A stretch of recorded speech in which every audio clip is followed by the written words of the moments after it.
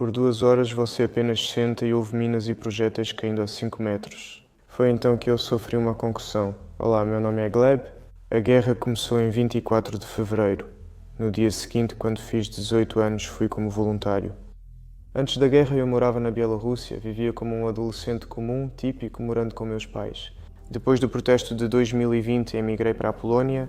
Aqui consegui o status de proteção internacional e comecei a construir minha vida aqui. Aprendi o idioma e fui estudar no liceu. No dia 16 de fevereiro escrevi um post no Facebook dizendo que, caso a guerra começasse, eu iria ajudar os ucranianos. No dia 24, meu irmão me acordou gritando que Kiev estava sob bombardeio. No dia 25 de fevereiro fiz 18 anos. No dia seguinte ao início da guerra, 24 de fevereiro, vi que a Bielorrússia estava se preparando para ir ajudar os ucranianos. E que eu não era o único assim. Preenchi imediatamente um pedido para o Grupo Tático Bielorrússia. No dia 26 me contataram, fizeram uma entrevista e já parti. 8 de março. Por que você foi para lá? Continuando, porque eu sentia que devia estar lá. Sou bielorrusso até a 5ª geração, mas tenho uma pessoa que substituiu meu pai e ele ligou a vida dele à Ucrânia. Eu absorvi essa cultura dele. Essa decisão foi difícil para meus entes queridos. Minha tia e meu irmão ficaram muito preocupados e ansiosos. Eles até inventaram uma coisa dessas. Na véspera da minha viagem, eles ligariam para a polícia e diriam que eu era uma pessoa ruim, para que eu fosse detido e não pudesse ir para lá. Você entendia que era uma guerra? Você tinha sentimentos estranhos ou queria fazer algo lá, dizer algo para alguém? Sim, eu disse algumas coisas para minha amada antes de partir, mas foi só isso. Palavras muito importantes, mas eu não achava que voltaria, embora eu tivesse a esperança disso. Chegamos a Kiev e, enquanto íamos de carro para o local, houve bombardeios o tempo todo. Chegamos ao local, estava muito frio e dormimos no chão. Bem, o ser humano é assim, ele se acostuma com tudo. Eu não sei, comigo não foi assim, eu não sofri lá, não tive dificuldade para me acostumar com alguma coisa. Você se acostuma com a comida ruim, se acostuma com o chão, não sei, se acostuma com os bombardeios. Bem, você acorda, tem a chamada, vai lá, ouve o comandante do regimento e grita Viva Belarus, glória à Ucrânia, para levantar o seu espírito de luta.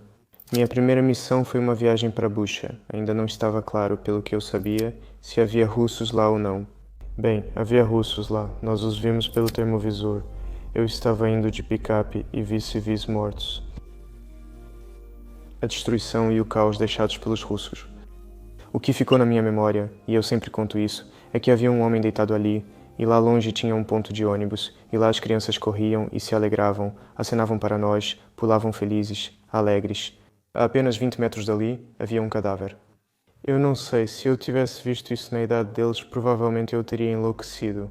É muito difícil, muitos cadáveres. Fomos basicamente os primeiros a ver essa destruição e caos. Então tive certeza de que estava onde deveria estar, de certa forma até. Ficou fácil, senti muita paz e tranquilidade na alma. Quando os russos já tinham saído da região de Kiev, da região de Chernigov, de Jitomir, nós fomos para o setor sul da frente e eu passei 3 meses lá. Odessa, Kherson, Nikolaev, a cidade de Nikolaev e tem o local onde você fica. E os bombardeios diários eram muito intensos e toda vez depois dos bombardeios você sai de manhã para a cidade, atravessa essa cidade e vê algumas mudanças. E ali já não tem mais casa, ali não tem mais jardim de infância e ali todos os carros estão virados. Era assustador entender que agora caiu um míssil. Há mortos lá, você entende que um míssil tirou a vida de várias pessoas. Sou o próprio editor dos civis, principalmente editor. Durante sua estadia na Ucrânia, qual foi o dia mais difícil? Pode falar sobre ele? Chegamos à posição, não tínhamos comida nem água. Rastejei uns 800 metros para tentar encontrar comida e água nas posições vizinhas. Cheguei lá, não tinha ninguém nas posições, já era noite e lá também não tinha nem água nem comida. Decidi permanecer com os militares ucranianos enquanto um drone russo sobrevoava e monitorava livremente. E teriam aberto fogo contra mim e começou um combate. Os russos avançaram então nesse trecho da linha de frente e eu fiquei sozinho na trincheira.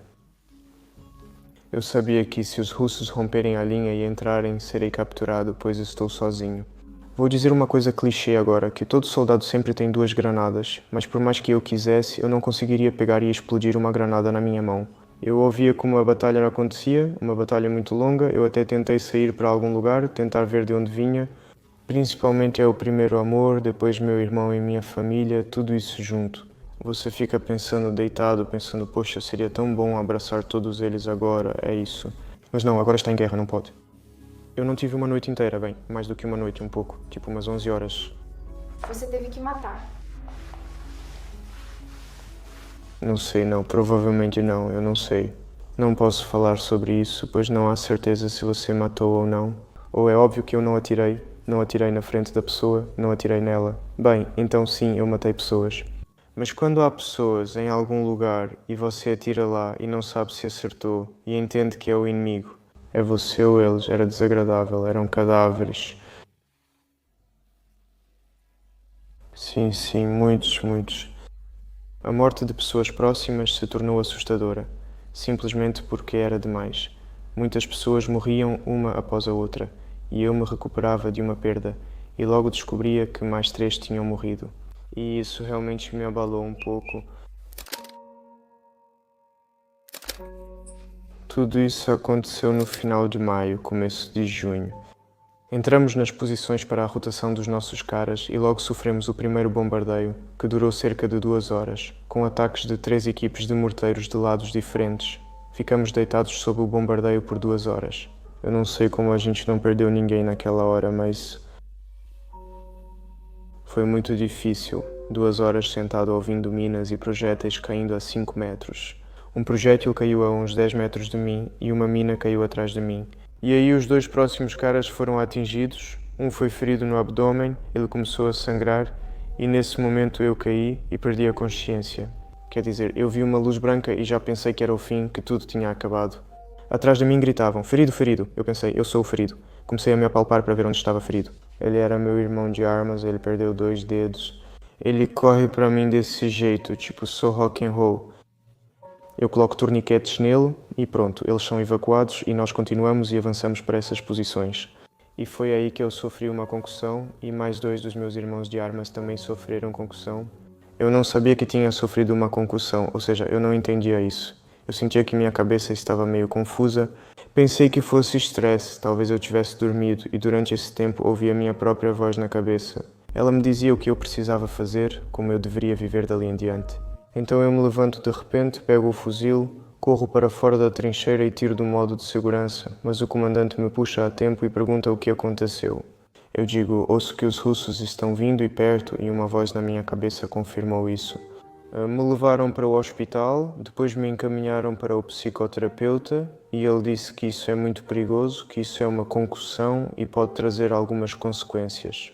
Porque ele já teve um caso assim quando um ucraniano, ainda na administração temporária de ordem, também sofreu uma concussão. Ele também ouvia vozes. E depois ele foi a um encontro e uma voz na cabeça dele disse que havia russos por toda parte, mas na verdade ele estava com os seus, ele estava andando com os seus companheiros e então ele começou a atirar nos próprios companheiros. Isso me assustou um pouco, mas eu entendia que talvez eu só precisasse descansar. Não sei, eu estou cansado, estou emocionalmente exausto e recusei a hospitalização, mas também quero muito voltar logo. E comecei a ter ataques de pânico, então por 2 semanas eu tive ataques de pânico todos os dias. Após o turno da noite, deitei e quase dormi, mas as vozes na minha cabeça voltaram e fiquei com muito medo. E meu coração começa a bater muito forte, tão forte que eu penso que vou morrer agora. Meu corpo inteiro começa a tremer, tipo um descontrole total, e eu fico sentado assim, sem entender o que está acontecendo. E de manhã me parecia que tinha sido só um pesadelo, muito assustador, sim, mas depois, dia após dia, esses ataques de pânico continuaram. Já estava muito difícil para mim. Fui até ao quartel e disse que era assim que eu estava e que eu queria me tratar. Me disseram que, olha, se for para se tratar, irmão, só se você pedir baixa, porque isso demora, sabe como é. Eu pedi baixa e passei por um curso de reabilitação. Depois de receber alta da clínica, me disseram que, infelizmente, eu não poderia lutar de novo tão cedo. Após a reabilitação, comprei uma passagem e fui para a linha de frente. Não contei a ninguém que voltava. Cheguei em casa e avisei meu irmão por mensagem.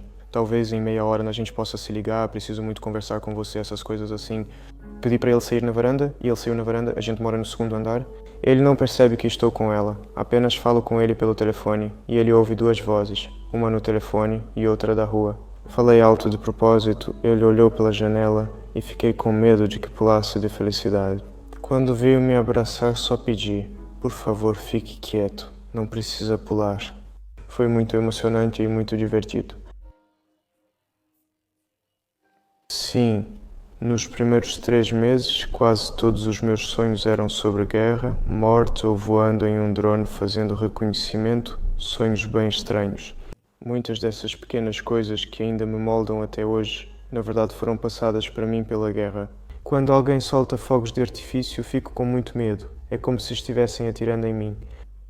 Escuta. E acontece muito que as pessoas que voltam da guerra não conseguem se encontrar em nenhum outro lugar além da guerra.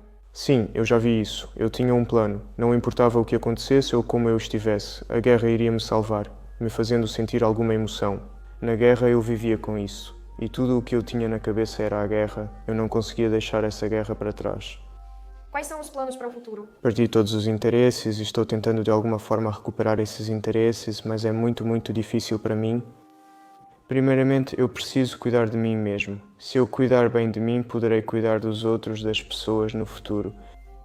Então agora eu sou a prioridade. Sim, por enquanto, obviamente, não estou pronto para voltar.